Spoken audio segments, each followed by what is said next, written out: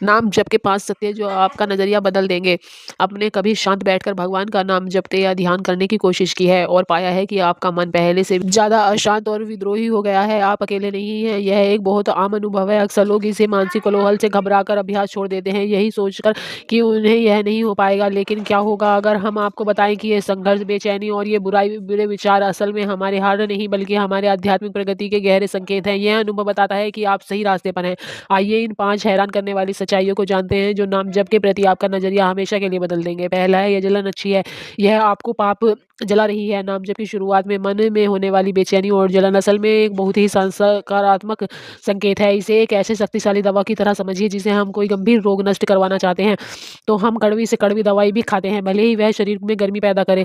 हम इस असुविधा को सहते हैं क्योंकि हम जानते हैं कि यही दवा हमें ठीक करेगी। ठीक इसी तरह नाम जप की शुरुआत जलन हमारे भीतर जन्मों से जमा हुआ पापों और नकारात्मक कर्मों के रोग को जड़ से खत्म कर देती है। यही प्रक्रिया उन चीज़ों को जलाकर राख कर देती है जो हमें लंबे समय से कष्ट दे रही है। सबसे महत्वपूर्ण बात यह है कि यह जलन हमेशा नहीं रहती है, एक अवस्था है जो बदल जाती है। यदि आप इसे धैर्य से सह लें तो यही जलन धीरे धीरे प्रभु के लिए एक गहरे भावात्मक रुदान में बदल जाती है। हे प्रभु, आप कब मिलोगे? दूसरा है, गंदे विचार आना भी एक सकारात्मक संकेत है।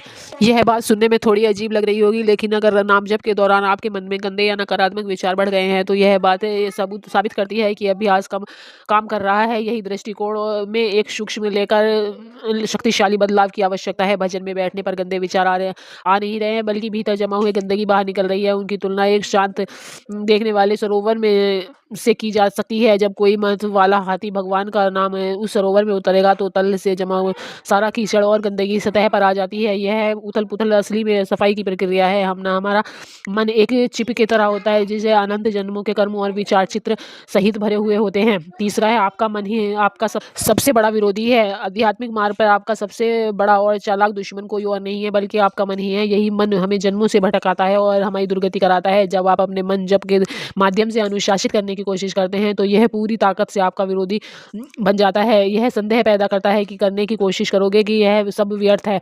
वह आपसे पूछेगा, क्यों, तुमको क्या मिल जाएगा? इतना ही नहीं, जब यह आप अपने पर आ जाएगा तो यह आपसे उसी मार्ग की निंदा करवाने लगेगा जिस पर आप चल रहे हैं। यह आपको भटकाने की उसकी एक चाल है। इस धोखे की पहचान और मन के विरोध के बावजूद नाम जप जारी रखना ही सच्ची साधना है। चौथा है, छूटे हुए जप को भी भक्ति में बदला जा सकता है। जीवन की भागदौड़ में अक्सर ऐसा होता है कि दुनियादारी के कामों की वजह से हम जप का नियम तोड़ देते हैं। ऐसे में अपराध बोध महसूस करने की बजाय एक बहुत ही सुंदर समाधान अपनाया जा सकता है।